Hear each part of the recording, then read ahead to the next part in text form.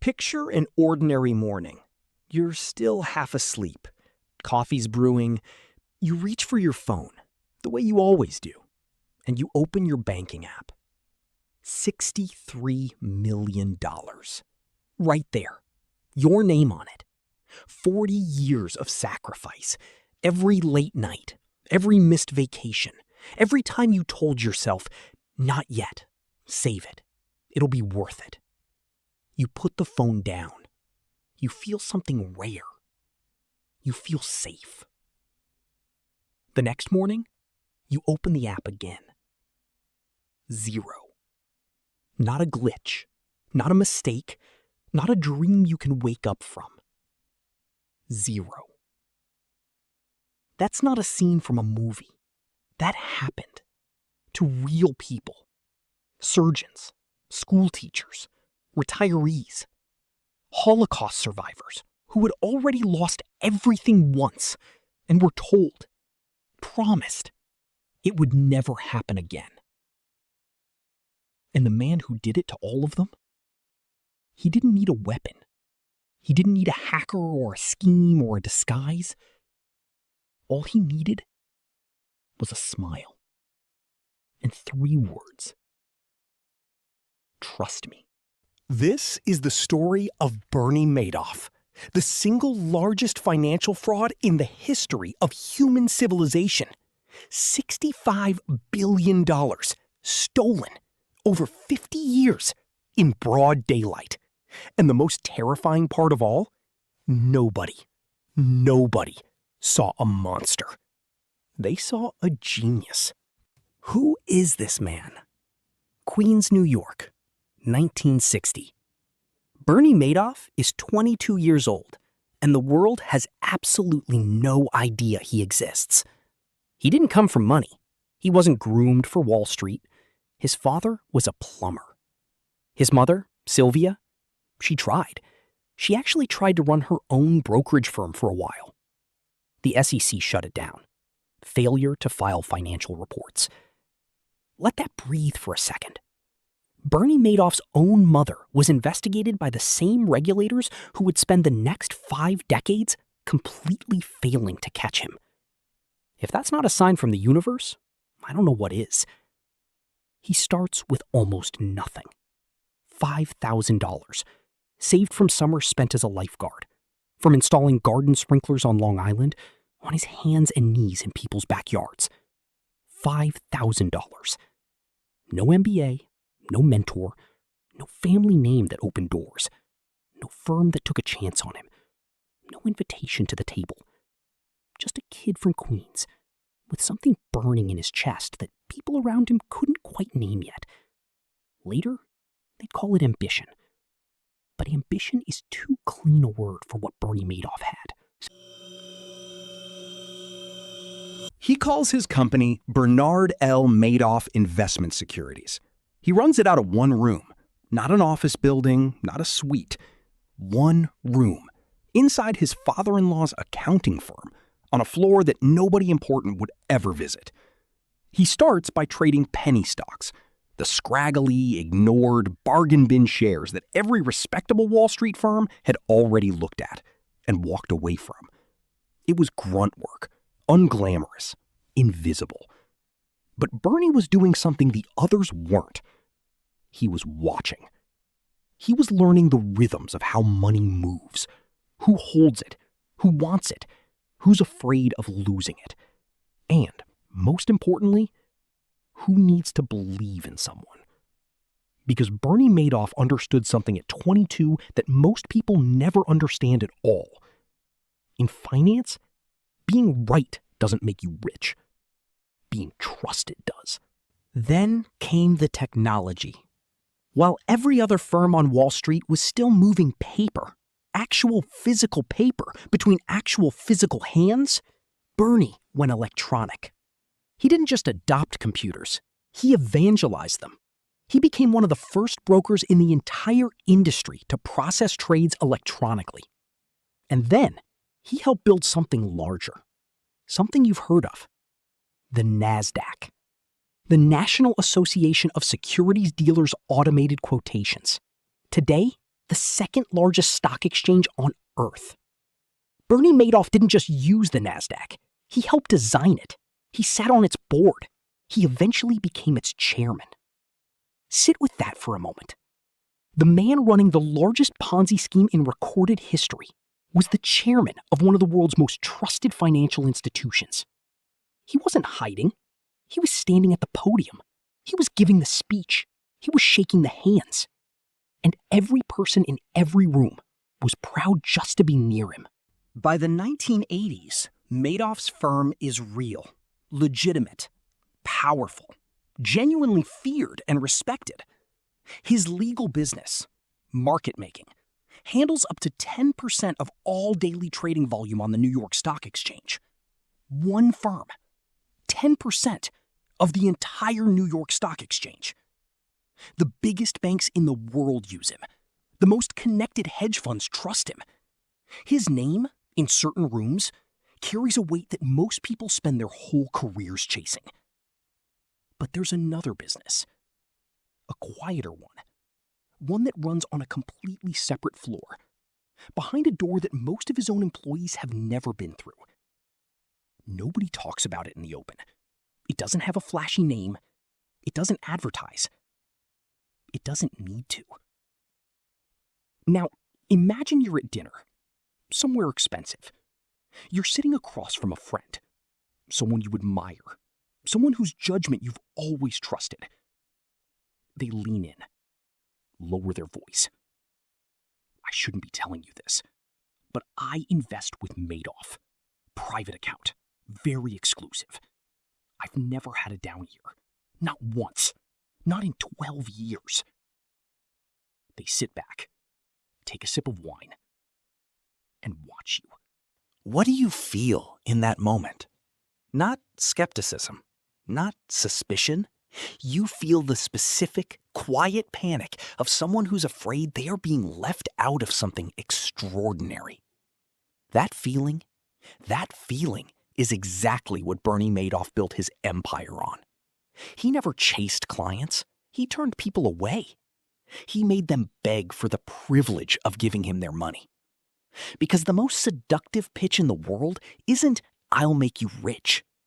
It's, "You might not be good enough for this." His fund promises somewhere between 10 and 12% annually, every single year. Now, that number doesn't sound obscene on its own. The market averages roughly 10% over the long haul. Most people hear 12% and think, plausible, impressive, but plausible. Except, in 1987, the market crashes so violently that traders are physically weeping on the exchange floor. Madoff's fund? Up.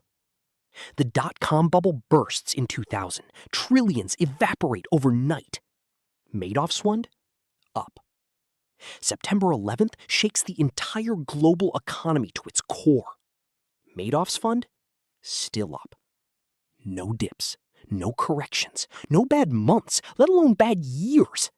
Just a perfectly smooth line climbing quietly, steadily, impossibly, while the rest of the world burns around it.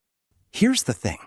The smartest investors alive, people with PhDs in mathematics, people who had built careers on detecting exactly this kind of anomaly, they looked at Madoff's numbers. And they knew. Somewhere in the back of that calculating, well-trained mind, they knew what they were looking at was statistically impossible. A market that never loses doesn't exist in nature. It never has. And they invested anyway. The question that changes everything. Why? Why would brilliant, experienced, skeptical people hand their money to a man whose returns defied the laws of financial physics? Because there's something in the human brain that is stronger than logic, stronger than training, stronger than the numbers on a page. It's the desperate, ancient need to feel that someone has it under control. That somewhere out there is a person who has figured it out. who has found the answer that the rest of us are still searching for. Bernie Madoff didn't sell investments. He sold certainty. And certainty, it turns out, is the most addictive thing a human being can be offered. So the question isn't, how did Bernie Madoff fool the world? The real question, the one that should keep you up at night, is this. Why did the world want so badly to be fooled? That answer is coming. The 17th floor.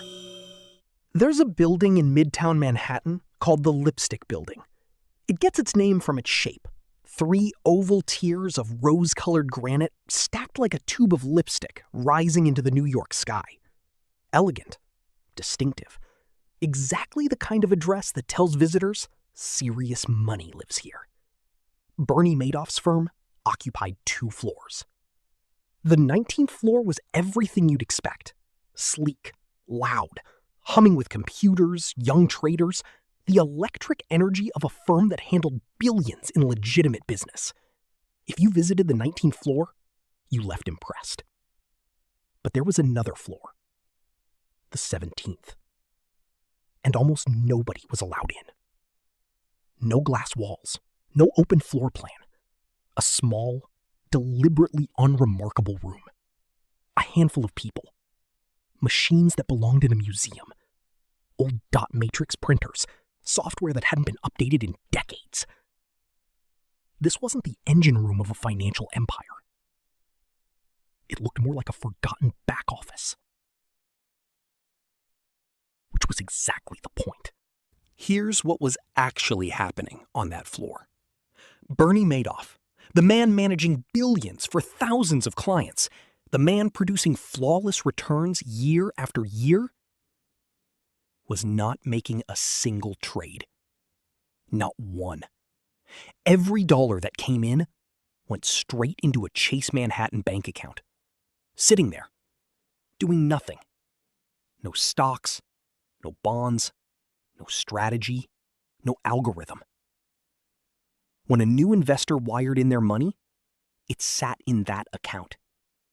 When an old investor asked to withdraw, Madoff paid them from that same pool, using the new investor's money.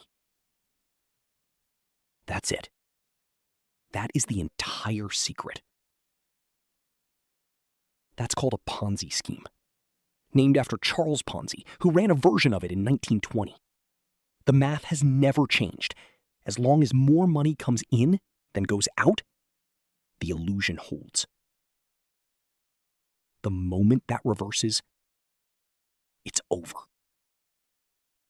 Bernie Madoff knew this. He had known it for decades. But here's what made his version different. What turned a simple fraud into something almost artistic in its audacity. Every month, his clients received statements, beautifully formatted, impeccably detailed, pages of trades, buy orders, sell orders, dates, prices, returns, hundreds of transactions per account. Every single one of them fabricated. His team on the 17th floor would wait until after the market closed, look back at what the market had done that day, and then invent trades that, if they had been made, would have been profitable. They were literally rewriting history, building a paper trail for a journey that never happened. And it worked. For 4 decades, it worked. Because nobody ever really looked. Not the banks, not the regulators, not the auditors, whose entire firm, by the way, operated out of a single room with one accountant. One accountant. For a fund managing $65 billion. And nobody asked why. Because when a man has spent 40 years standing at every important podium, sitting on every important board, shaking every important hand, you don't ask why. You just trust him. For 40 years, the machine never stopped. Through market crashes and economic booms, through wars and recessions and presidential administrations, the 17th floor just kept printing. Keep the statements going. Keep the returns steady. Keep the phone calls warm. Keep the smile in place. And it might have continued forever. Except for 2008. You know what 2008 felt like if you lived through it. That specific, nauseating terror when you realize the entire financial system you believed in is actually held together with string and prayer. Lehman Brothers, gone. Overnight. Bear Stearns, gone. Stock portfolios cut in half before lunch. People didn't just want their money managed anymore. They wanted it back. And they came for it. All at once. In the span of a few weeks, Madoff's clients requested withdrawals totaling $7 billion. $7 billion. And the account? The one Chase Manhattan account where 40 years of investor money was quietly sitting had a few $100 million left in it. The music had stopped, and there weren't enough chairs. For the first time in his life, Bernie Madoff had no move left. He couldn't find new investors fast enough. He couldn't talk his way out of the math. He couldn't rewrite this particular history after the market had already closed. He sat in his penthouse apartment on the Upper East Side, the one with the wraparound views of the city he had conquered. And he made a decision. He would tell his sons. December 10th, 2008. Mark and Andrew Madoff sit down with their father. And Bernie, calm, almost clinical, the way a man speaks when he has simply run out of the energy to pretend, tells them everything. It's all one big lie. Just like that. 4 decades. $65 billion. Thousands of ruined lives. One big lie. His son sat in silence. This man, who had taught them to love finance, who had given them careers and apartments, and a last name they had been proud to carry, had been a fiction. The whole time. Mark and Andrew Madoff did something that, in a different kind of story, you might call brave. The next morning, they called a lawyer. And then they called the FBI. They turned in their father.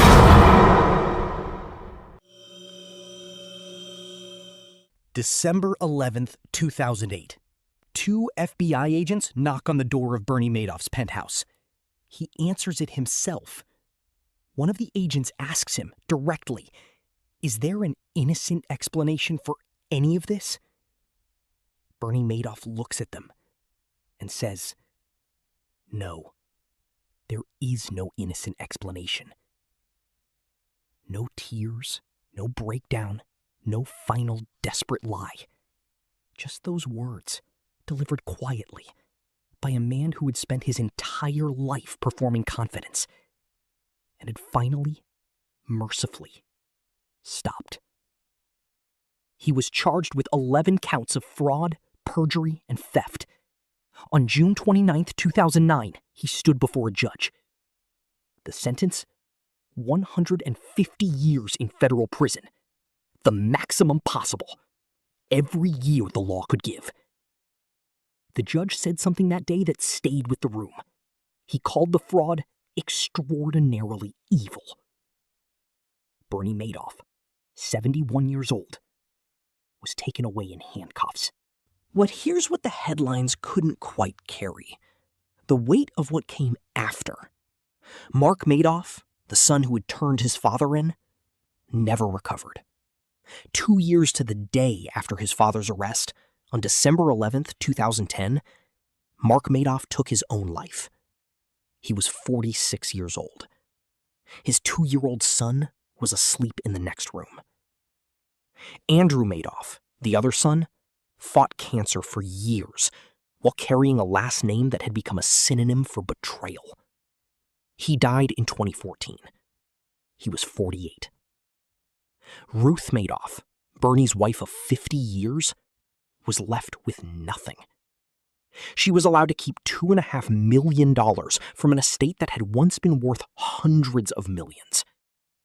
She later said publicly that she and Bernie had discussed taking their own lives together the night before he confessed.